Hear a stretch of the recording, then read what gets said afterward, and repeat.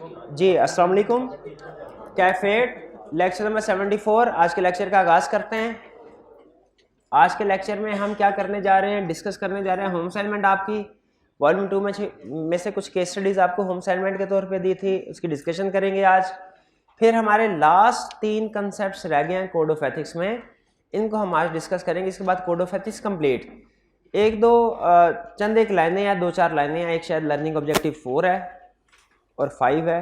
2-3 lines हैं, ये कल इंशाल्लाह इनको कंक्लूड कर लेंगे, डिस्कस कर लेंगे। एग्जाम पॉइंट ऑफ व्यू से हमारा कोड ऑफ एथिक्स आज कंप्लीट हो जाएगा।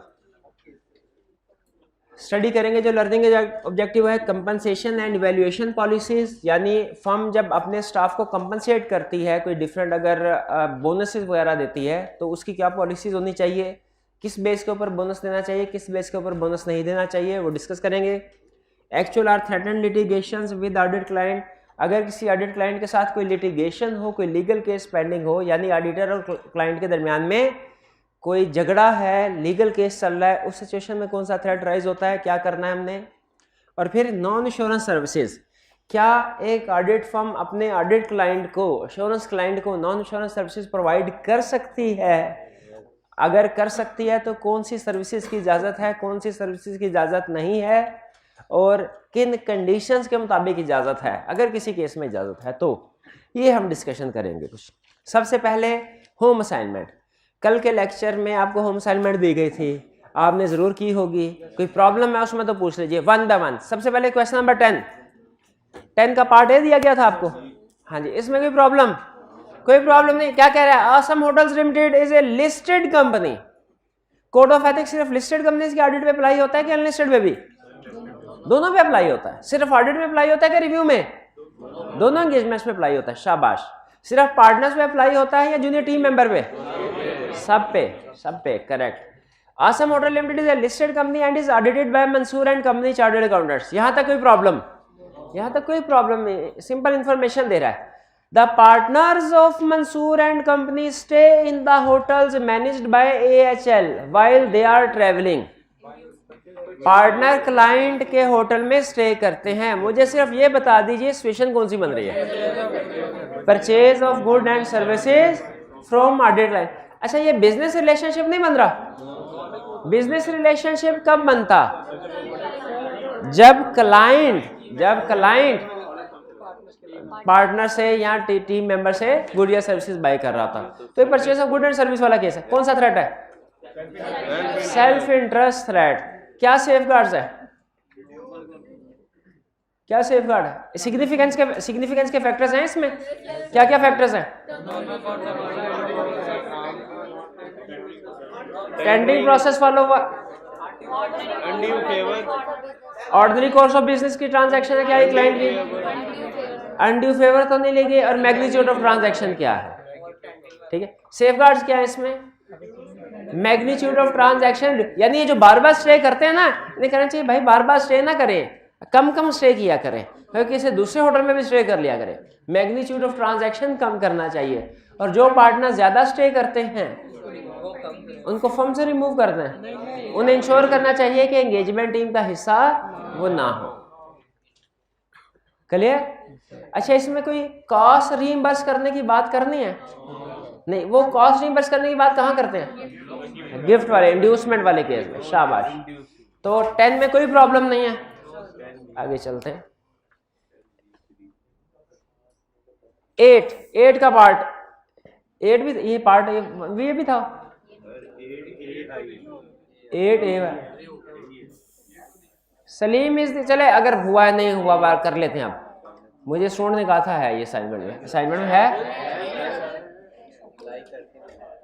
Discuss the threats and the related safeguard in the following situation. Saleem is the audit senior at mango industries limited MIL. MIL's finance manager has requested him to provide the residential addresses of the engagement manager and the engagement partner. फिर उनके घर का address बताओ।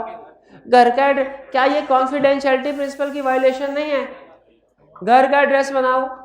क्या confidentiality principal की violation नहीं है? वो तो क्लाइंट की इंफॉर्मेशन पे अप्लाई होता है कॉन्फिडेंशियलिटी प्रिंसिपल।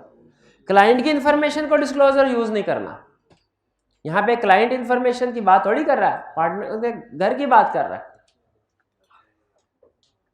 फिर इसके बाद the finance manager wants to send them one of MIL's latest product. ये कॉन्फिडेंशियलिटी प्रिंसिपल का केस नहीं है,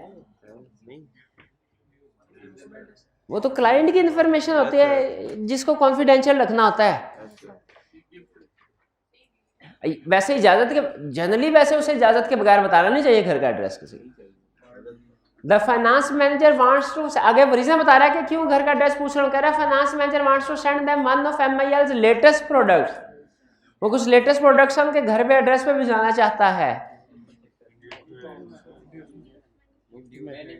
अच्छा, अब ये उसने नहीं बताया कि उन्होंने ऑर्डर किया था फिर भिजवाना चाहता। अगर उन्होंने ऑर्डर किया था ना और फिर भिजवाना चाह रहा है तो ये purchase of good and service वाला केस बनता है। और अगर फ्री में भिजवा रहा है तो ये इंड्यूसमेंट का केस बनता है। इंड्यूसमेंट का केस बनता है नहीं। यहाँ पे आपको ये ज्यादा जजमेंट अप्लाई कीजिए। यहाँ पे क्या लग रहा है यहाँ पे कि फ्री इंड्यूसमेंट। हाँ चले, इंड्यूसमेंट से कौन सा थ्रेट राइज होता है? सेल्फ इंटरेस्ट और फेमिलियरिटी थ्रेट और इंटिमिडेशन थ्रेट और बस 3 थ्रेट हो गए। सेफगार्ड किस में डिपेंड करता है? सिग्निफिकेंस के ऊपर। ठीक है, अगर तो इसमें क्या करना चाहिए? सीनियर मैनेजमेंट के साथ डिस्कस करना चाहिए, मैनेजर को बताना नहीं चाहिए। और सीनियर मैनेजर, अगर ये सिग्निफिकेंट गिफ्ट है तो सीनियर मैनेजमेंट को चाहिए, फर्म की पार्टनर को, एंगेजमेंट मैनेजर को चाहिए, क्या चाहिए कि फाइनेंस मैनेजर से कहे कि हमें सेंड ना कीजिए। अगर किसी टीम मेंबर को ऑलरेडी सेंड, हो सकता है किसी के घर का उसे पता हो, उसने ऑलरेडी सेंड कर दिया हो, तो वो या तो वापस कर दे उनको या उनकी कॉस्ट को रीइंबर्स करवाए और डॉक्यूमेंट कर दिया जाए कि ये वो क्लाइंट है जो हमें तोहफे तोहफ बेचता है। ये वो क्लाइंट है तोहफे तोहफ बेचता है। तोहफे तोहफ बेचने में अगर क्लाइंट आपको सिग्निफिकेंट गिफ्ट ऑफर करे, अगर क्लाइंट आपको सिग्निफिकेंट गिफ्ट ऑफर करे, थ्रेट है कि नहीं? इसमें कोई थ्रेट है। ये नॉर्मली क्लाइंट की इंटेग्रिटी में भी डाउट क्रिएट करता है कि इतना मेहरबान क्यों है हम पे, इतना हम फूफी के बेटे थोड़ी है, किस वजह से गिफ्ट दे रहा होता है? वो एक ही वजह, कोई ना कोई गड़बड़ है जिसको छुपाना चाह रहा है, कोई ना कोई गड़बड़ है जिसको छुपाना चाह रहा है। चलिए, अगर आपको पता चले किसी क्लाइंट पे जाए, कंपनी तबाह हो गई है, डूब रही है, कोई पैसे नहीं उसके पास एम्प्लॉइज को सैलरी देने के, और CFO और CEO के घर में रोज पार्टियां चल रही होती हैं, मसला है कोई कि नहीं है? कि CFO CEO कोई जद्दी पुश्ती अमीर होंगे, यह एज्यूम करना है हमने। क्या एज्यूम करना है? कि गड़बड़ है, कि ये कंपनी इन्हीं की वजह से डूब रही है, ये कंपनी का सारा पैसा घरों में पार्टियों पे उजाड़ रहे हैं।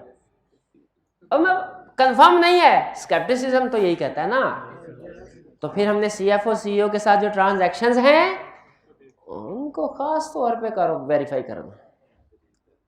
क्लियर? 8, इसमें कोई प्रॉब्लम तो नहीं है? और भाई प्रॉब्लम तो नहीं है, प्रॉब्लम तो किसी भी क्वेश्चन में आपको नहीं होगी, है ना? कंफर्म है। नेक्स्ट 9 ये था discuss the threats that may be involved in and the related safeguard in. Threat पूछा, सेफगार्ड सिग्निफिकेंस पूछे नहीं, छोड़ देंगे, लिखेंगे significance. House limited owns the building in which the Karachi office of your firm is located. HL owns multiple projects across the city and provides its premises to various concerns on rental basis. HL has requested your firm to become its auditor for the year ending 30th June 2018. Purchase of goods and services from client. अच्छा, इसमें question में थोड़ा सा twist ये है कि पहले client बनता है, बाद में purchase of goods and service. अभी तक ये सिचुएशन चल रही थी, अब purchase of goods and service पहले है क्लाइंट, लेकिन थ्रेट तो राइज हो गया, सिचुएशन तो हो गई, दोनों चीजें इकट्ठी हो गई तो थ्रेट राइज हो गया। तो कौन सा केस है ये? Purchase of good and service वाला के बिजनेस रिलेशनशिप वाला के गिफ्ट वाला? गिफ्ट वाला क्यों नहीं है? अब फ्री में कोई चीज थोड़ी दे रहा है, गिफ्ट वगैरह तो फ्री में होते हैं, ये तो रेंट है, रेंट पे दिया, रेंट ले रहा होगा। कहाँ लिखा है रेंट ले रहा है? रेंटल बेसिस लिखा हुआ है। Purchase of good and service है कि बिजनेस रिलेशनशिप है? Purchase of good and relationship. अगर अगर ऑडिट फर्म में से कोई बंदा क्लाइंट से चीजें बाय करे, purchase of good and service वाला केस है। क्लाइंट में से कोई बाय करे, business relationship. Purchase of good and services वही अभी डिस्कस किया है, क्लियर है? दोबारा डिस्कस करने की जरूरत तो नहीं है, दोबारा मुझे बताने की जरूरत तो नहीं है, लेकिन आपको बताने की जरूरत है। बताइए कौन सा थ्रेट राइज होगा purchase of good and service वाले केस में? सेल्फ इंटरेस्ट है, शाबाश। और नहीं तो फेमिलियरिटी थ्रेट, इंटिमिडेशन थ्रेट नहीं होता? वो किस में होता है भला? वो गिफ्ट वाले, इंड्यूसमेंट्स वाले केस में होता है, शाबाश। इसमें सिर्फ सेल्फ इंटरेस्ट थ्रेट। सिग्निफिकेंस किस में डिपेंड करती है? Normal course of business, charge, arm length, tending process followed, undue favour तो नहीं ली, एग्जीक्यूट ऑफ ट्रांजैक्शन। सेफगार्ड में क्या करना चाहिए? Reduce the size of transaction, remove the. अच्छा, इसमें रिमूव वाली बात नहीं है क्योंकि फर्म ने हाँ, अगर थ्रेट इनसिग्निफिकेंट हो तो ठीक है, सिग्निफिकेंट हो या तो इसको रिड्यूस किया जाए या फर्म को विड्रॉ कर लेना चाहिए। इंडिविजुअल को रिमूव करने वाली बात यहाँ पे नहीं करेंगे। क्यों नहीं करेंगे? क्योंकि कोई इंडिविजुअल इन्वॉल्व नहीं है इसमें, फर्म में। जी टेंडिंग प्रोसेस एक जनरल पॉइंट है। इसका मतलब यह है कि आपने मार्केट में घूम फिर के 3-4 लोगों से पहले रेट पता किए हो, उसके बाद फेयर क्राइटेरिया की बेस पे इसके साथ ट्रांजैक्शन की हो। तो हमने देखना होगा कि जिस वक्त खरीदा गया था उस वक्त टेंडिंग प्रोसेस फॉलो किया था कि नहीं। अगर पहले से बिल्डिंग ली गई है रेंट पे तो क्या देखना है? जिस वक्त बिल्डिंग को रेंट पे लिया गया था उस वक्त टेंडिंग प्रोसेस फॉलो किया था कि नहीं किया था। चलिए 9 में कोई प्रॉब्लम?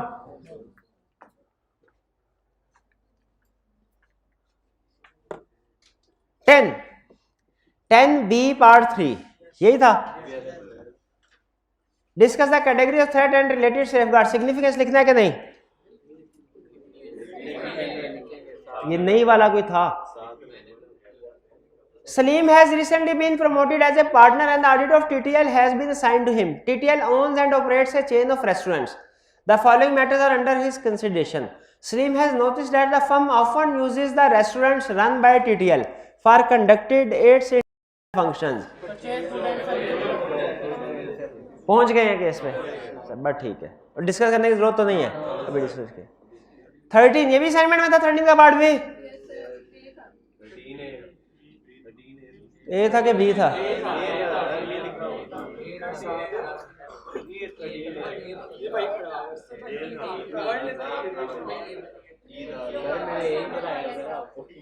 चले ये भी डिस्कस कर लेते हैं, ये भी डिस्कस कर लेते हैं।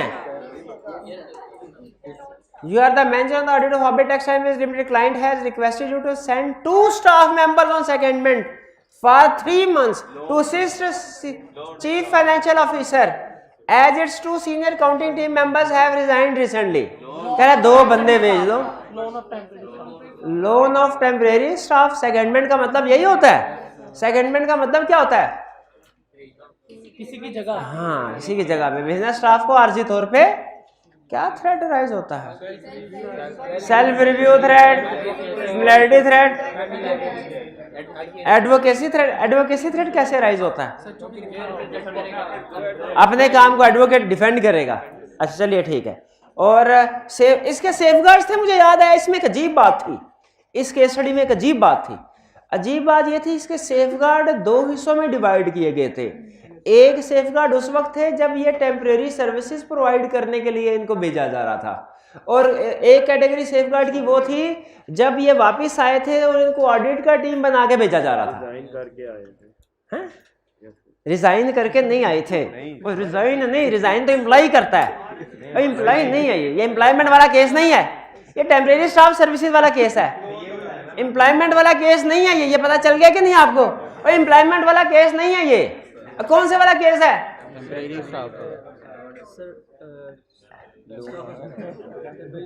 एक्सचेंज ऑफ स्टाफ वाला, सेल ऑफ स्टाफ वाला, अकाउंटिंग सर्विसेज वाला।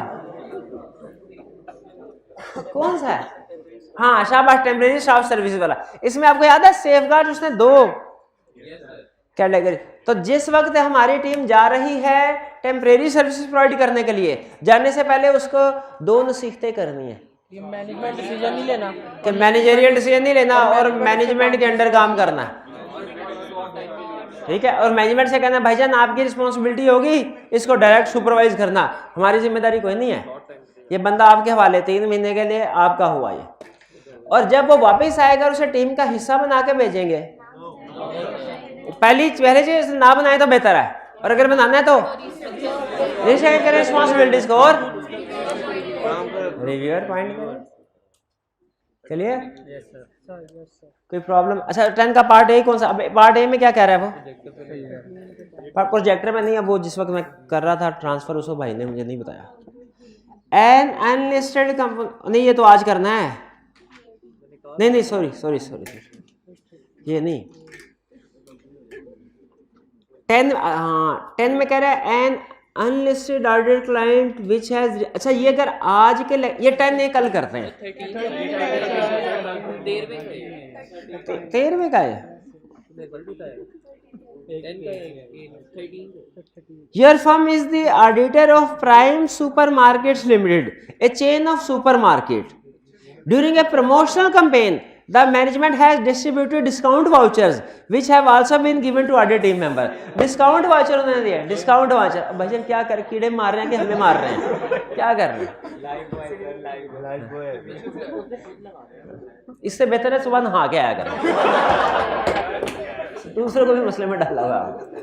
प्रमोशनल स्कीम, डिस्काउंट वाउचर दिए। किसको डिस्काउंट वाउचर दिए? किसको डिस्काउंट? Auditing member. तो अच्छा किया, अब हमें नहीं डिस्काउंट, हमारा पहला हक है। हाँ हम हमें थोड़ी लगते हैं, शाबाश, एग्जैक्ट इसी तरह सोचना है। इसमें अब 2 पॉसिबिलिटीज है। उसने ये नहीं, एक क्वेश्चन में उसने कहा था कि हम अपना मोबाइल बनाते हैं और हम 10% डिस्काउंट एम्प्लॉइज को देते हैं, आपको भी ये डिस्काउंट दे रहे हैं। हमने कहा हम एम्प्लॉय थोड़ी हैं, हम इंडिपेंडेंट है, हम डिस्काउंट नहीं लेंगे, 10% तो बिल्कुल नहीं लेंगे, रिफ्यूज कर दिया हमने, ठीक है। अच्छा यहाँ पे ये नहीं बता रहा कि जो डिस्काउंट वाउचर दिए हैं उसने हमें, ये जनरल पब्लिक के लिए भी है कि सिर्फ कुछ खास लोगों के लिए?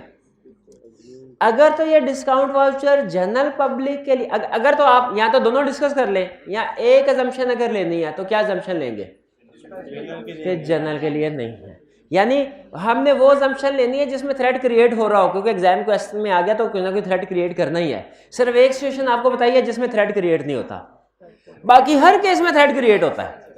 टैक्स रिटर्न में, टैक्स रिटर्न फाइल करना है, ठीक है। तो अगर तो ये जनरल पब्लिक को भी डिस्काउंट वाउचर डिस्ट्रीब्यूट किए गए हैं, कोई थ्रेट राइज नहीं होता। और अगर ये जनरल पब्लिक को डिस्ट्रीब्यूट नहीं किए गए तो थ्रेट राइज होता है। और ये केस कौन सा होगा?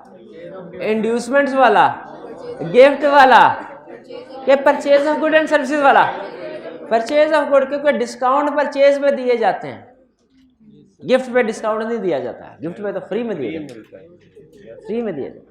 तो purchase of good and services वाला केस क्लियर? कोई प्रॉब्लम तो नहीं इसमें? चलिए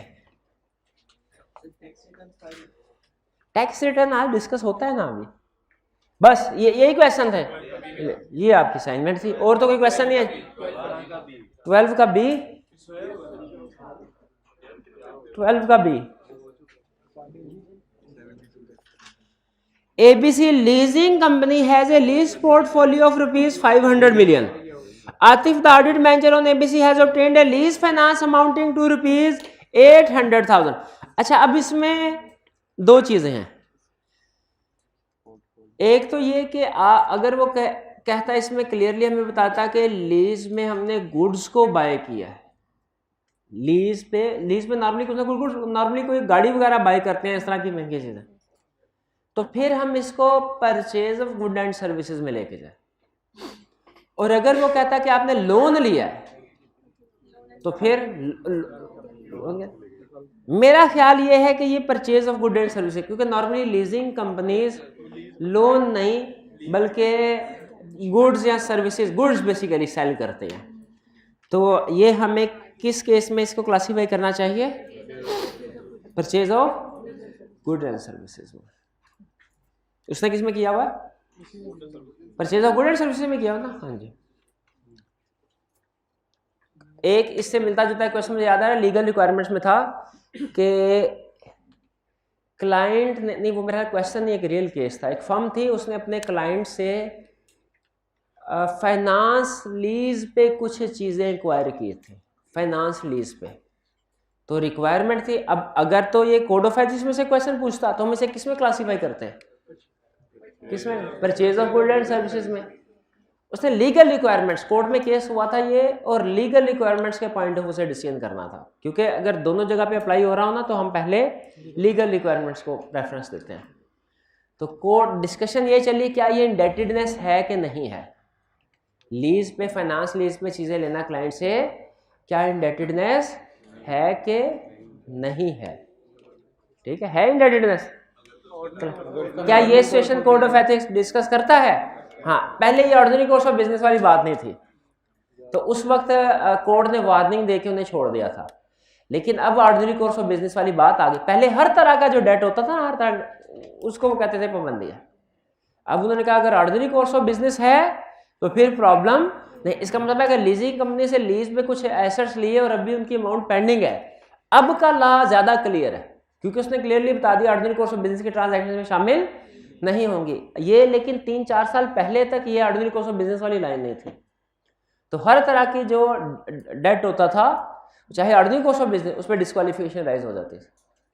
तो अब ये चूंकि ऑर्डिनरी कोर्स ऑफ बिजनेस है, अगर यही क्वेश्चन हमसे वो लीगल रिक्वायरमेंट के मुताबिक पूछे कि लीज पे चीजें नहीं, हम क्या कहेंगे? तो कोई प्रॉब्लम नहीं है। क्यों कोई प्रॉब्लम नहीं है? क्योंकि ऑर्डिनरी कोर्स ऑफ बिजनेस के ट्रांजैक्शन। क्लियर हो गया? तो इसको हमने लीगल रिक्वायरमेंट्स में भी डिस्कस कर लिया। केस याद आया मुझे, मैंने डिस्कस कर दिया। और कोई क्वेश्चन? चलिए अब चलते हैं आज के कंसेप्ट्स की तरफ। बड़े बड़े कंसेप्ट्स हमने सारे कर लिए, सिर्फ अब कुछ छोटे कंसेप्ट्स रह गए हैं। 3 है, छोटे भी नहीं कहना चाहिए, खास तौर पे नॉन इंश्योरेंस सर्विसेज वाले को। पहले पढ़ लेते हैं कंपनसेशन एंड वैल्यूएशन पॉलिसीज। मैं वैल्यूएशन पॉलिसीज आपको बताता हूं कि आपने बताना है इसमें कोई कबाहत की बात है कि नहीं। फर्म की पॉलिसी ये है कि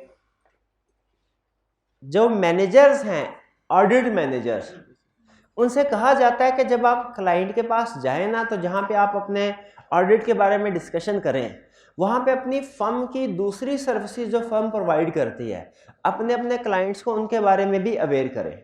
और अगर क्लाइंट्स एग्री हो जाता है हमसे नॉन इंश्योरेंस सर्विसेज हासिल करने के लिए, जो बहुत सी हो सकती हैं, टैक्स सर्विसेज हो सकती है, बुक कीपिंग अकाउंटिंग सर्विसेज हो सकती हैं, और इसके अलावा भी एडवाइजरी की सर्विसेज हो सकती है।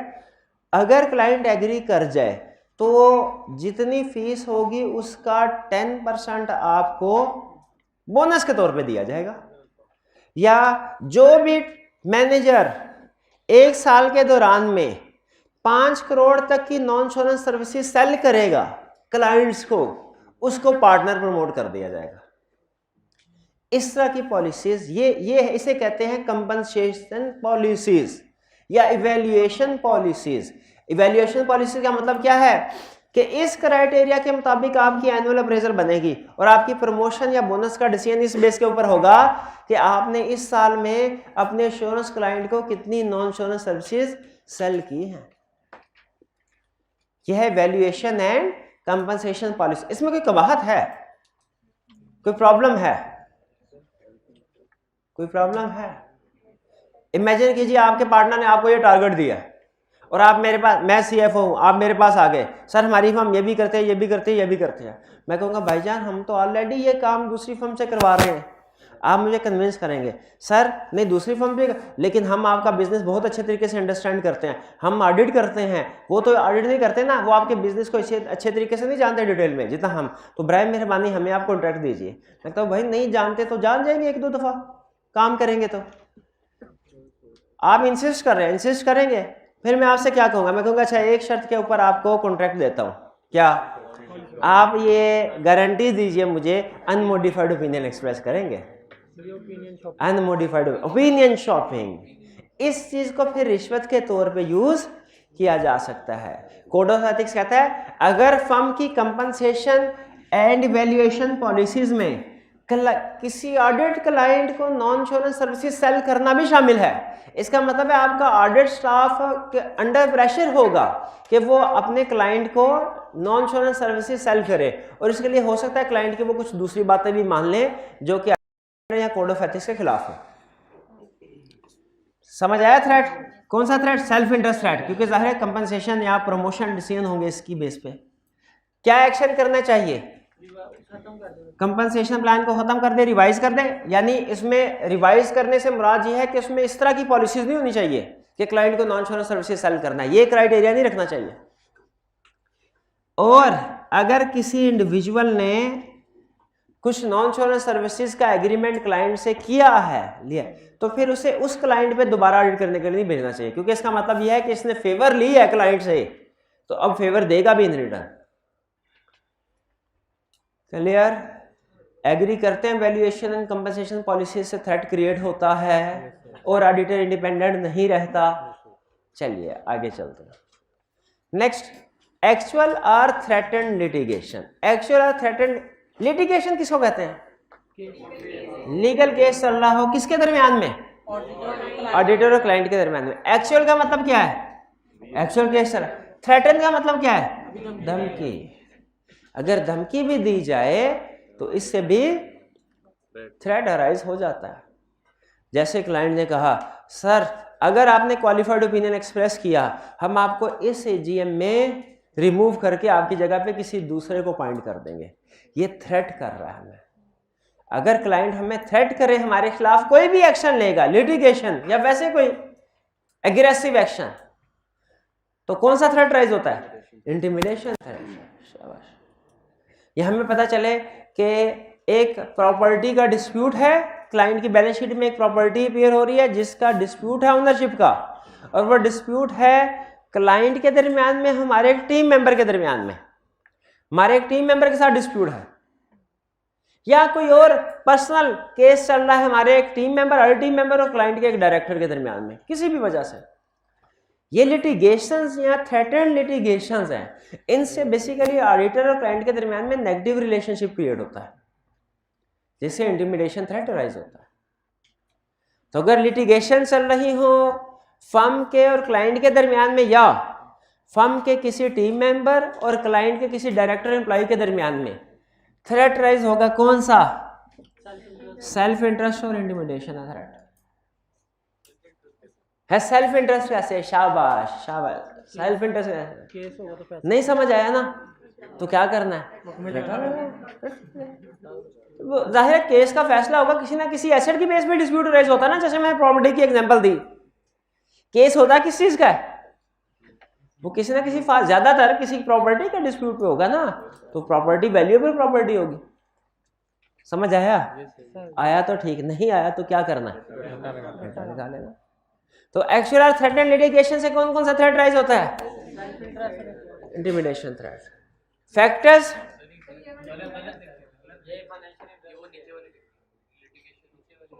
कौन से? ये फाइनेंशियल इंटरेस्ट वाले हैं। कोई डायरेक्ट सेफगार्ड भी आ जाए नहीं, इसमें कुछ फैक्टर्स जो है वो लिखे हुए हैं और वो ये नहीं है, तो कोई बात नहीं। फाइनेंशियल इंटरेस्ट की लिटिगेशन कर बेटे हाँ ठीक है, अभी ठीक करते हैं। अरे भाई आ जाइए, पॉज कर दीजिए कुछ सेकंड्स के लिए जी। तो फैक्टर्स कौन से हैं जिन पे थ्रेट डिपेंड करता है? मटीरियलिटी ऑफ लिटिगेशन, लिटिगेशन किस अमाउंट की है, whether litigation relates to a prior audit engagement, क्या प्रीवियस किसी ऑडिट एंगेजमेंट, जैसे अगर आपको पता चले कि पिछले साल आपने ऑडिट किया था, सीएफओ ने कहा है अपने लॉयर को कि ज़रा चेक कीजिए हम अपने ऑडिटर के खिलाफ केस फाइल कर सकते हैं। लॉयर ने कहा वो क्यों? सीएफओ ने कहा इसलिए कि पिछले साल उन्होंने 15,835 रुपये की मिस स्टेटमेंट डिटेक्ट नहीं की थी, तो ज़रा पॉसिबिलिटी चेक कीजिए क्या हम ऑडिटर के खिलाफ केस फाइल कर सकते हैं कि इन्होंने अपना काम ठीक नहीं किया, नेग्लिजेंट ऑडिट किया। अगर सीएफओ सोच रहा है कि हमारे पिछले साल के ऑडिट के बेस के ऊपर हमारे खिलाफ ओपिनियन, हमारे खिलाफ केस फाइल करे, थ्रेट राइज हुआ? बिल्कुल राइज हुआ। कौन सा threat? Self interest and intimidation threat. अब किस पे डिपेंड करती है इसकी सिग्निफिकेंस? मटीरियलिटी ऑफ लिटिगेशन पे और whether this litigation relates to prior art. इसका मतलब यह है कि जितनी लिटिगेशन अगर ये हमारे किसी पिछले ऑर्डर से रिलेट करती है तो जितनी पुरानी लिटिगेशन होगी उतनी सिग्निफिकेंस कम है, और जितनी लेटेस्ट लिटिगेशन होगी उतनी सिग्निफिकेंस ज्यादा है। तो लिटिगेशन हमारे किसी पुराने ऑडिट के नतीजे में भी हो सकती है कि क्लाइंट हमारे खिलाफ, अक्सर ये क्लाइंट केस फाइल करता है। नॉर्मली जो ऑडिटर और क्लाइंट के दरमियान में केस फाइल किए जाते हैं वो दो तरह के होते हैं। ज्यादातर क्लाइंट ऑडिटर के खिलाफ केस फाइल करता है कि इन्होंने ओपिनियन ठीक नहीं दिया, मिस स्टेटमेंट्स को डिटेक्ट नहीं किया जो इन्हें करनी चाहिए थी, लेकिन वो मिस स्टेटमेंट या तो इमटेरियल होती हैं या फ्रॉड होती हैं जिनको हमारी इनहेरेंट लिमिटेशन प्रोटेक्ट कर देते हैं। लेकिन बहरहाल केस फाइल करने में क्या, केस तो फाइल कर सकते हैं ना, झूठा या सच्चा है। उसी तरह ऑडिटर जो क्लाइंट के खिलाफ केस फाइल करता है वो नॉर्मली रिकवरी ऑफ फी का होता है कि फी पे नहीं की क्लाइंट ने।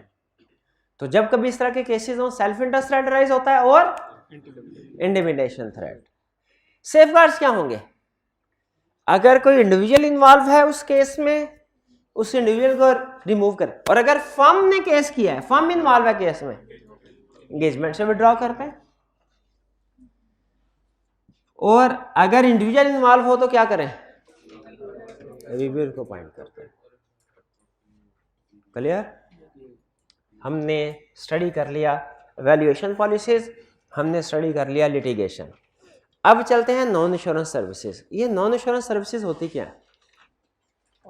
इंश्योरेंस सर्विसेज का जो हम ऑडिटर की टोटल सर्विसेज ना, चार्टर्ड अकाउंटेंट जो प्रोवाइड करता है उसको हम दो हिस्सों में डिवाइड कर सकते हैं। सीए फर्म कितनी तरह की सर्विसेज प्रोवाइड कर सकती है? इंश्योरेंस सर्विसेज और non insurance services. Insurance services के एग्जांपल्स क्या हैं? Audit and review. Non insurance services के एग्जांपल्स क्या हैं? टैक्स सर्विसेज, काउंटिंग सर्विसेज और अदर एडवाइजरी वगैरह सर्विसेज। लेकिन हमारे सिलेबस की हद तक दो एग्जांपल्स क्या हैं? बुक कीपिंग सर्विसेज और tax services. Book keeping and counting services and tax services. Book keeping and counting services से क्या मुराद है? फाइनेंशियल स्टेटमेंट बनाना, ये है काउंटिंग सर्विसेज। बुक की सम टाइम क्लाइंट ये कहता है कि सर हमारे जनरल लेजर ट्रायल भी आप मेंटेन करें। ठीक है, अक्सर आप जब आर्टिकल्स में जाएंगे या जब सीफैप लेवल पे जाएंगे तो आपको ये पता चलेगा कि बहुत से क्लाइंट ऐसे होते हैं जो अपनी ट्रांजैक्शन को रिकॉर्ड करने के लिए अपना अकाउंट्स डिपार्टमेंट स्टैब्लिश नहीं करते, बल्कि इनको आउटसोर्स कर देते हैं। खास तौर पे जो फॉरेन कंट्रीज में कुछ कंपनीज होती है ना, छोटी कंपनीज, ये अपना बुक कीपिंग और अकाउंटिंग का काम ये इंडिया, पाकिस्तान, बांग्ला इन जगहों पे कुछ फर्म्स होती हैं जो इस सर्विसेज प्रोवाइड कर फ्रीलांसिंग का काम उनको देती हैं, वो इनके बिहाफ पे बुक्स मेंटेन कर रहे होते हैं। तो ये counting and book keeping and counting services का कंसेप्ट है। क्वेश्चन ये है कि क्या एक ऑडिटर जिसने फाइनेंशियल स्टेटमेंट्स को वेरीफाई करना है, क्या क्लाइंट अगर कहे तो वो खुद फाइनेंशियल स्टेटमेंट्स बना सकता है, या क्लाइंट अगर कहे तो वो खुद general ledger trial balance prepare कर सकता है? इसमें थ्रेट राइज होता है। कौन सा थ्रेट? Self review threat.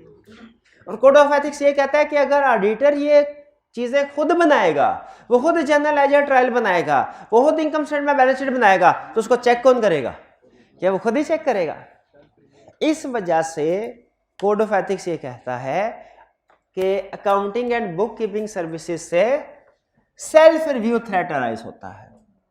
कहता है अगर आप क्लाइंट को ये काम करके देना तो सेल्फ रिव्यू थ्रेट राइज होगा। लेकिन सम टाइम ऐसा होता है कि क्लाइंट ऑडिटर से कहता नहीं है कि काम करो, उससे पूछता है, गाइडेंस लेता है, डिस्कशन करता है, सर लाइफो के ऊपर इन्वेंट्री वैल्यूएशन कर दूं?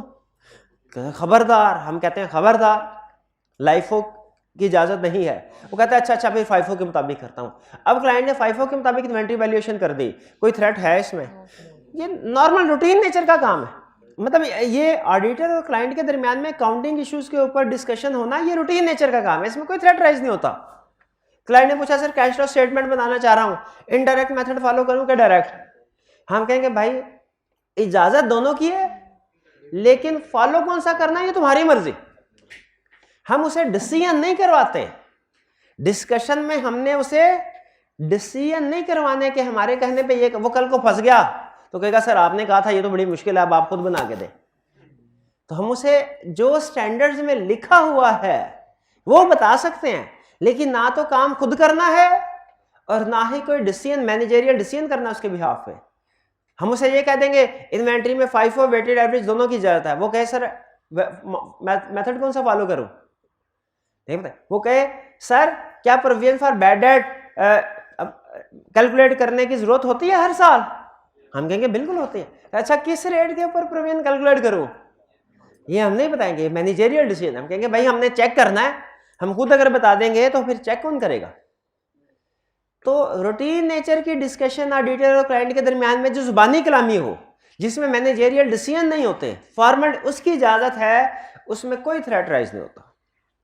लेकिन अगर हम क्लाइंट को एडवाइस कर रहे हो फाइनेंशियल स्टेटमेंट्स में अकाउंटिंग पॉलिसीज के ऊपर, कम्प्लेक्स मैटर्स के ऊपर, या उसको खुद प्रिपेयर करके दे रहे हो, क्लाइंट अक्सर क्लाइंट आ जाता है प्रैक्टिस में, कहता है sir income statement balance sheet तो मैंने बना ली, कैश फ्लो स्टेटमेंट नहीं बन रही मेरे पास।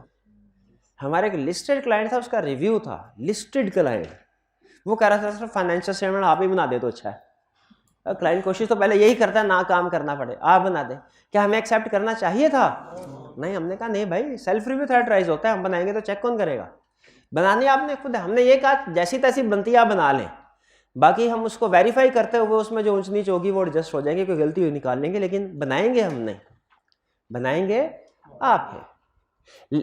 लेकिन क्लाइंट अगर कहे sir cash flow statement review में बनाना जरूरी होता है क्या, तो वो हम उसे बता देंगे कि भाई रिव्यू में जरूरी है, क्योंकि complete set of financial statements तो वही रहेगा, चाहे वो ऑडिट है चाहे रिव्यू है।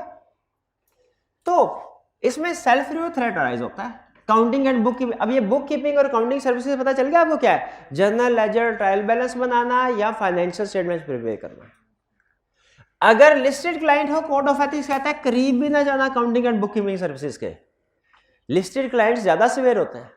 अच्छा लिस्टेड क्लाइंट को ना एक नाम लिख ले, कोड ऑफ एथिक्स नाम देता है पब्लिक इंटरेस्ट एंटिटीज, लिखा हुआ है। हाँ कहीं ऐसा ना हो केस स्टडी कहीं एग्जाम क्वेश्चन में पब्लिक इंटरेस्ट एंटिटी आ जाए, आपके ये कौन सी होती है। लिस्टेड क्लाइंट को कोड ऑफ एथिक्स क्या नाम देता है, पब्लिक इंटरेस्ट एंटिटी के नाम से आता है। तो अगर पब्लिक इंटरेस्ट एंटिटी है तो बुक कीपिंग काउंटिंग सर्विसेज दूर दूर से सलाम, कुछ नहीं प्रोवाइड करना। और अगर अनलिस्टेड क्लाइंट है तो रूटीन और मैकेनिकल नेचर की सर्विसेज प्रोवाइड की जा सकती है। अब आपको रूटीन या मैकेनिकल, इसमें ना रूटीन की बजाय मैकेनिकल के लफ्ज के ऊपर गौर करेंगे ना तो फिर आपको समझ आएगी सर्विस कि किस तरह की सर्विस। यानी लिस्टेड में तो बिल्कुल कुछ भी नहीं कर सकते, अनलिस्टेड में मैकेनिकल नेचर की सर्विसेज प्रोवाइड कर सकते हैं। मैकेनिकल का मतलब हम रोबोट की तरह काम करेंगे, जो क्लाइंट कहेगा वह कर। लेकिन रूटीन जजमेंट वाला का, रोबोट में अकल नहीं होती अपनी, तो हम जजमेंट वाला काम नहीं करेंगे। जजमेंट क्लाइंट अगर कहे एप्रोप्रिएट से डेप्रिसिएशन कैलकुलेट कर दो तो रोबोट करेगा काम, रोबोट नहीं करेगा। अगर क्लाइंट कहे 10% डेप्रिसिएशन रेट के मुताबिक कर, फिर करेंगे। ये जजमेंट्स क्लाइंट की जिम्मेदारी है, अजम्पशंस क्या रखनी है क्लाइंट की जिम्मेदारी है। क्लाइंट हमें क्लाइंट कहे कि भाई provision for bad debt record करो, हम कहेंगे चक्कर ही कोई नहीं है, पहले बताओ अमाउंट क्या है, अमाउंट क्या है, रेट क्या है। अच्छा अगर क्लाइंट कहे अच्छा एंट्री पास कर दे, depreciation expense debit, accumulated depreciation credit 580, और कहे ये एंट्री पास करो, ये कर देंगे क्या, ये मैकेनिकल नेचर की, इसको कर देंगे। ट्रांजैक्शन को जर्नल में रिकॉर्ड करना, जर्नल से लेजर में पोस्टिंग, लेजर से ट्रायल बैलेंस, ये सारे काम कर देंगे, क्योंकि ये कौन से हैं। एग्जाम्पल्स को जरा गौर से समझिएगा।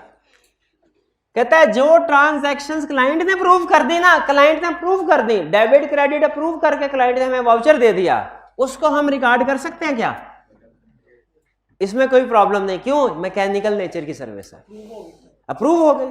क्या जो ट्रांजैक्शन रिकॉर्ड किए हैं उन्हें लेजर में ट्रायल बैलेंस में पोस्ट कर सकते हैं, बिल्कुल कर सकते हैं, ये तो ऑटोमेटिकली हो जाता है, इसमें भी कोई जजमेंट इन्वॉल्व नहीं है।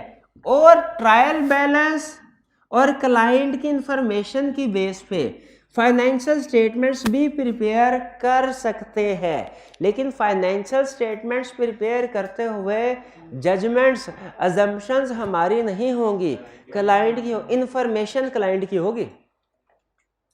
इसको हम कहते हैं कंपाइलेशन एंगेजमेंट, कंपाइलेशन एंगेजमेंट, ठीक है। फाइनेंशियल, इसका मतलब ये हुआ क्या हम एज ऑडिटर अपने ऑडिट क्लाइंट की फाइनेंशियल स्टेटमेंट प्रिपेयर कर सकते हैं? पहले लिखेंगे, इसे self interest threat, sorry self review threat rise होता है। फिर क्या लिखेंगे? अगर लिस्टेड क्लाइंट है तो बिल्कुल भी नहीं, अनलिस्टेड है तो कर सकते हैं, कर सकते हैं। कौन सी services? Mechanical and routine nature की। फिर एग्जांपल्स के तौर पे ये दे देंगे, ठीक है। लेकिन याद रखें, फाइनेंशियल स्टेटमेंट प्रिपेयर करते हुए जो रिकॉर्ड यूज करना है वो क्लाइंट का अप्रूव्ड होना चाहिए। जनरल लेजर ट्रायल ट्रांजैक्शन की अप्रूवल किसकी तरफ से होनी चाहिए? हमने अपनी तरफ से एक ट्रांजैक्शन रिकॉर्ड नहीं करनी, एक ट्रांजैक्शन रिकॉर्ड नहीं करनी। यानी क्लाइंट कहे सेल तो ये आज 10,000 की, हम कहेंगे ठीक है, डेबिट डेबिट सेल्स क्रेडिट ये कर सकते हैं हम। फिर क्लाइंट से पूछेंगे प्रोविजन की एंट्री डालनी है कि नहीं डालनी। क्लाइंट ने कहा अगर प्रोविजन भी रिकॉर्ड होनी चाहिए उसको कर देंगे। क्लाइंट से पूछ के कितनी अमाउंट की प्रोविजन का, अपनी जजमेंट नहीं लगाएंगे। ये क्लियर हो गया एग्जांपल। अच्छा, सेफगार्ड कहते हैं लिस्टेड में तो आप कर ही नहीं ना सकते, तो ये सेफगार्ड लिस्टेड कंपनी के लिए नहीं है। ये सेफगार्ड किस कंपनी के लिए? अनलिस्टेड के, जिसको आप रूटीन नेचर की सर्विस। हालांकि देखा जाए तो रूटीन नेचर की सर्विसेज में अब थ्रेट नहीं है इतना, क्योंकि काम सारा क्लाइंट कर रहा है, अप्रूव वो कर रहा है, हम सिर्फ उसे अपने सॉफ्टवेयर में रिकॉर्ड कर रहे हैं। लेकिन स्टिल इसके बावजूद भी कोड ऑफ एथिक्स कहता है सेफगार्ड कि आपने डिफरेंट प्रोफेशनल को यूज करना है, डिफरेंट टीम को यूज करना है एश्योरेंस सर्विसेज, क्योंकि आप ही ऑडिटर हैं और आप ही रूटीन नेचर की अकाउंटिंग बुक सर्विसेज प्रोवाइड कर रहे हैं, आप ही दोनों काम कर रहे हैं ना। तो आपने क्या करना है, जो अकाउंटिंग नेचर की बुक कीपिंग सर्विसेज हैं उनके लिए अलहदा टीम होगी, अलहदा। फेमिलियरिटी थ्रेट तब कैसे आएगा? तो सेल्फ रिव्यू थ्रेट आएगा, तो मैं मानता हूं। फेमिलियरिटी का कहां से आएगा?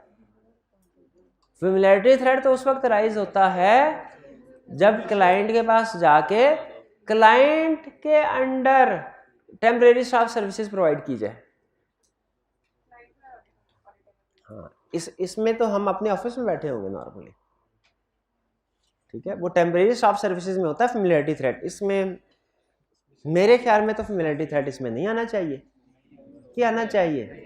क्योंकि इसमें नॉर्मली हम अपने ऑफिस में, और कभी कभार आना जाना होता है, लेकिन वो इतना ज्यादा स्टे नहीं होता कि इससे फेमिलियरिटी थ्रेट रहे। फेमिलियरिटी थ्रेट तो जब 4-5 महीने तक स्टे करेंगे फिर थ्रेट राइज हो सकता है जी। तो ये book keeping and accounting services clear हो गई। लिस्टेड और अनलिस्टेड ध्यान में रखिएगा। अच्छा, इसमें आई कैब की बुक में पहले एक क्वेश्चन बैंक में क्वेश्चन होता, अब भी शायद है मुस्तंसर वाला, वो पहला दूसरा क्वेश्चन शायद आई कैब के क्वेश्चन बैंक में है। उसमें उसने लिखा हुआ है लिस्टेड कंपनी, उसमें मुझे थोड़ा सा इख्तलाफ है। उसने लिखा हुआ है लिस्टेड कंपनी और नीचे उसने थ्रेट और सेफगार्ड वगैरह सारे बता दिए हुए। हालांकि मेरी असेसमेंट के मुताबिक उसका आंसर ये होना चाहिए, या तो उसका लिस्टेड की बजाय लफ्ज अनलिस्टेड होना चाहिए था, या लिस्टेड का लफ्ज ही डिलीट कर देना चाहिए, सिर्फ आउट लाइन की बात करें। क्योंकि अगर लिस्टेड क्लाइंट है तो हमारा क्वेश्चन 2 लाइनों में खत्म हो जाता है। हम थ्रेट बता देते हैं कि इसमें सेल्फ रिव्यू थ्रेट राइज होगा, लेकिन उसके बाद फिर क्या लिखते हैं कि कोड ऑफ एथिक्स इसकी इजाजत नहीं देता। नेक्स्ट है टैक्स सर्विसेज। अच्छा, अब टैक्स में 2-3 तरह की सर्विसेज हैं, दोनों जरा समझिएगा। एक सर्विस क्या है, 3 तरह की सर्विसेज हैं टैक्स।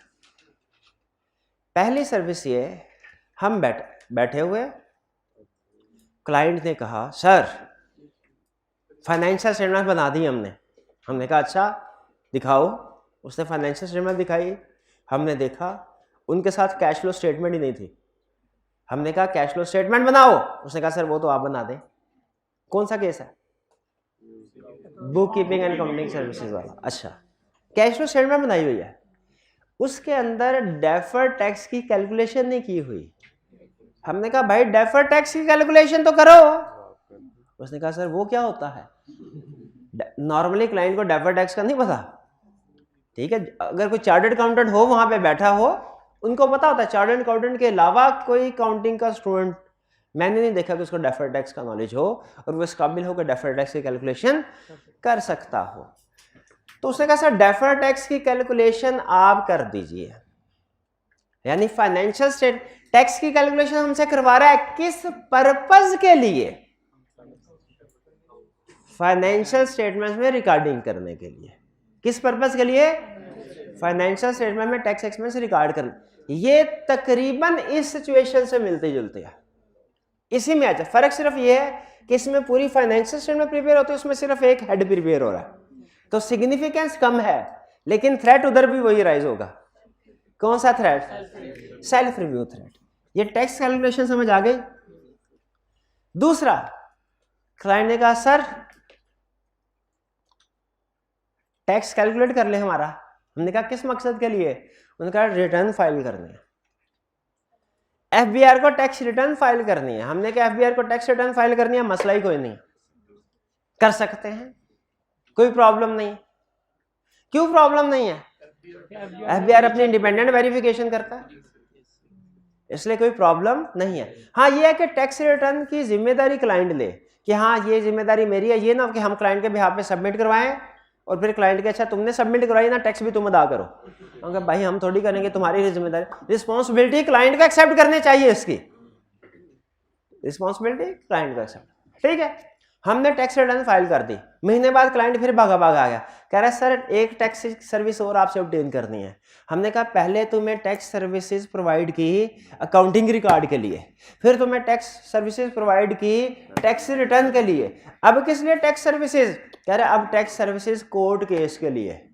क्या सर वो जो आपने रिटर्न फाइल की थी ना, एफबीआर ने उसमें से गलतियां निकाल के उसमें अच्छी खासी टैक्स लाइबिलिटी हमारी डबल कर दी है, और चूंकि आपने टैक्स रिटर्न प्रिपेयर की थी, आप ज्यादा नॉलेजेबल पार्टी, हम चाहते हैं आप हमारे बिहाफ पे थर्ड पार्टी यानी जज के सामने जाके प्रेजेंट हो और हमारा दिफा करे, हमारा दिफा करे। अब ये टैक्स की सर्विस डिफरेंट, याद रखें हर सर्विस के अलग-अलग पैसे लेने हैं, टैक्स कैलकुलेशन के अलग पैसे, रिटर्न फाइल करने के अलग। क्लाइंट कहेगा सर सारा टैक्स का काम ही तो है, हम कहेंगे नहीं नहीं सर्विसेज अलग है, काउंटिंग की सर्विस अलग है, टैक्स रिटर्न की सर्विस अलग है, ये कोर्ट केस वाली सर्विस अलग है। इसके तो इसमें अच्छा अब देखते हैं, सिचुएशन समझ आ गई तीन। सबसे पहले वो कहता है टैक्स रिटर्न प्रिपरेशन की बात है, इसमें कोई थ्रेट क्रिएट नहीं होता, करे टैक्स रिटर्न फाइल करे। ठीक है, हमारे बहुत से बड़े जो ऑडिट क्लाइंट्स थे उनका ऑडिट भी हम कर रहे होते थे, हमारी ही फर्म का जो टैक्स डिपार्टमेंट है उनकी टैक्स रिटर्न भी फाइल कर रहा होता था। और ये टैक्स कैलकुलेशन किस लिए है? अकाउंट्स में एंट्री रिकॉर्ड करने के लिए। थ्रेट कौन सा राइज होता है? फैक्टर्स, टैक्स का एरिया कितना बड़ा है, टैक्स अमाउंट कितनी है, नेचर ऑफ क्लाइंट लिस्टेड है कि अनलिस्टेड है, किसमें ज्यादा होगा सिग्निफिकेंस? डेफिनेटली। सेफगार्ड्स क्या है? अगर क्लाइंट लिस्टेड है और मटेरियल है, एरिया अमाउंट मटेरियल है और क्लाइंट लिस्टेड है, तो लिस्टेड को तो हमने इधर भी दूर दूर से सलाम कर दिया था, इधर भी दूर दूर से सलाम कर देंगे, क्योंकि तकरीबन वही केस बन रहा है ना। फर्क सिर्फ यह है कि ये थोड़ा एक हेड पे है, और इसमें भी अगर मटेरियल है तो लिस्टेड क्लाइंट को हमने नहीं प्रोवाइड करते। अदर केसेस में, यानी अदर केसेस कौन से होंगे? अनलिस्टेड है, फिर क्या करें? टीम सेपरेट भेजे, इंडिपेंडेंट, यानी यही तकरीबन यही सिर्फ ये मटेरियल का वर्ड उसने ऐड कर दिया है, वरना बाकी सारे थ्रेड भी सेफगार्ड भी क्लियर। दो टैक्स रिलेटेड सर्विसेज होगी, एक कौन सी? टैक्स कैलकुलेशन, दूसरी टैक्स रिटर्न फाइल करनी। अब कौन सी रह गई? कोर्ट में क्या एफबीआर ने, या अपील में चले गए हम। एफबीआर, अच्छा एफबीआर का तो काम यही होता है, वो टैक्स रिटर्न रिवाइज करके लोगों को कहता है पैसे देते रहो, शरीफ आदमी वैसे ही घबरा जाता है। लेकिन कंपनीज भी आदि होती हैं, प्रैक्टिस में आप जाएंगे ना, आप ये देखेंगे बिला वजह नोटिस भेज रहे होते हैं, कुछ और भी चक्कर होते हैं। तो अब कंपनीज उन नोटिस को फिर पे नहीं करती, कंपनी कहती है अच्छा हम भी कोर्ट में केस करते हैं, आए जरा देखते हैं। पहले तो कहते हैं अंदर खाते को थोड़ा बहुत, टैक्स में बड़ा मसला है, हो सकती है सर एडजस्टमेंट तो कर दें, कुछ आप हमारा ख्याल करें, कुछ हम आपका ख्याल करते हैं, अगर बात कहीं पे बन जाए ठीक है। लेकिन अगर ज्यादा एक्सपेक्टेशंस हो, फिर हम कहते हैं सर जी अब कोर्ट में बात होगी। Assist in resolution of tax disputes, tax के डिस्प्यूट है। अच्छा, इसमें दो चीजें, एक दफा उसने कहा कि क्लाइंट हमसे ये कह रहा है कि हम उसके टैक्स का डिस्प्यूट है ना, वो केस हम लड़े, उसमें तो थ्रेट राइज होता है। एक में उसने कहा सर एग्जिस्टिंग टैक्स का डिस्प्यूट चल रहा है, हमने उसमें आपसे एडवाइस लेनी है कि हम क्या करें। बस का ऐसा होता है ना, सेकंड ओपिनियन लिया जाता है। इसमें थ्रेट राइज हो रहा है कि नहीं? इसमें भी थ्रेट राइज हो रहा है। ये असिस्टेंस का लफ्ज नोट करें। असिस्ट यानी आप अगर क्लाइंट के बिहाफ पे खुद डिफेंड करते हैं तो भी, या क्लाइंट को असिस्ट करते हैं टैक्स डिस्प्यूट, तब भी थ्रेट राइज होगा। कौन सा? सेल्फ रिव्यू थ्रेट, क्योंकि जाहिर है इसका इफेक्ट फाइनेंशियल स्टेटमेंट पे तो जाएगा। लिटिगेशन की प्रोविजन एस्टीमेट एक्सपेक्टेड आउटकम होता है। एडवोकेसी थ्रेट, ये तो आपको होता है थर्ड पार्टी के सामने डिफेंड कर। एडवोकेसी थ्रेट की सबसे बड़ी एग्जांपल यही थी, थर्ड पार्टी के सामने लीगल केसेस में क्लाइंट को डिफेंड करना। सेफगार्ड में क्या है? अगर मटेरियल है डिस्प्यूट अलाउड नहीं है। For other cases separate team, यही वाला जी, ये लिस्टेड और अनलिस्टेड दोनों में, लेकिन अगर मटेरियल है तो अलाउड नहीं है। इसमें थोड़ा फर्क है। क्लियर? ये हमारा कोड ऑफ एथिक्स खत्म होगा। 6 लाइनें रह गई, 5 बल्कि 5। 2 तो मैंने अभी आज के लेक्चर में बता ही दी हैं। क्या अगर आप हिम्मत करें ना 2 मिनट, तो वो भी आज ही मैं आपको पढ़ा दूं, ताकि कल हम क्वेश्चन भी डिस्कस करें, केस स्टडी भी, और नया टॉपिक भी स्टार्ट करें। आप इतनी मेहनत कर रहे हैं।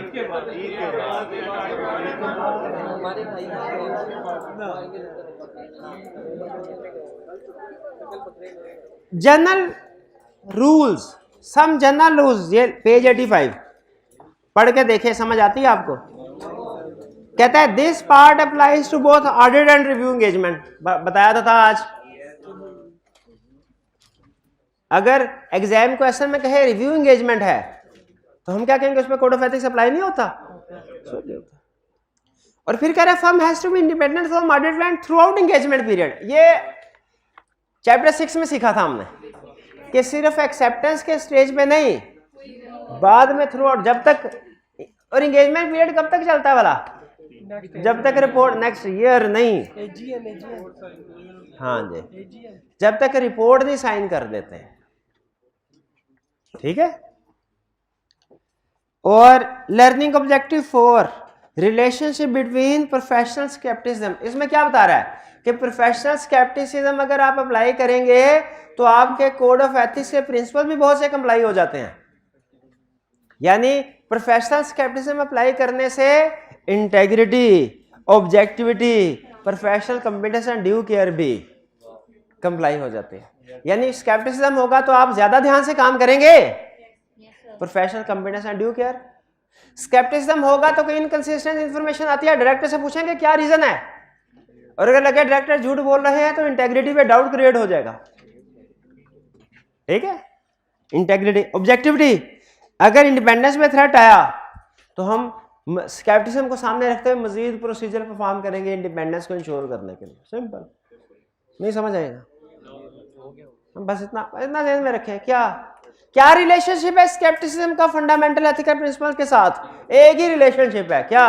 Professional scepticism ensure compliance with following fundamental ethical principles: integrity, objectivity, professional competence and due care. और एक एग्जांपल दिया, जैसे professional competence and due care कैसे कंप्लाई होता है स्केप्टिसिज्म की वजह से। अगर कोई स्केप्टिसिज्म, कोई इवेंट या जिससे रिस्क सामने आता है तो हम ज्यादा करते हैं ना। यही तो कॉम्पिटेंस और ड्यू केयर कहता है कि ध्यान से काम करो। स्केप्टिसिज्म की वजह से हम ध्यान से काम करते हैं। इंटेग्रिटी की वजह से अगर कोई ऐसा प्रॉब्लम आए, प्रोफेशनल स्केप्टिसिज्म को सामने रखते हुए ऐसा प्रॉब्लम आए जो मैनेजमेंट की इंटेग्रिटी पे डाउट क्रिएट करता हो, स्केप्टिसिज्म क्या कहता है? इग्नोर कर दो कि उसको कंसीडर करो। इंटेग्रिटी और ऑब्जेक्टिविटी क्या? इंडिपेंडेंस, कि हमने क्लाइंट से दूर दूर रहना। स्केप्टिसिज्म को सामने, क्लाइंट जैसे ही गिफ्ट देने लगे फौरन कह दे रहा है नहीं सर, क्यों? स्केप्टिसिज्म बता रहा है भाई आज को ये गिफ्ट ले रहा है ना, फेवर दे रहा है, कल को फेवर लेगा भी कोई। स्केप्टिसिज्म यही कहता है ना, क्लाइंट गिफ्ट देगा। स्केप्टिसिज्म क्या कहता है हमारा? कि कल तो कोई फेवर लेगा भी। तो स्केप्टिसिज्म ऑब्जेक्टिविटी को भी इंश्योर करता है कि नहीं? तो स्केप्टिसिज्म का फंडामेंटल एथिकल प्रिंसिपल के साथ कोई रिलेशनशिप नहीं। ये ले अभी पढ़ाया है, नहीं है।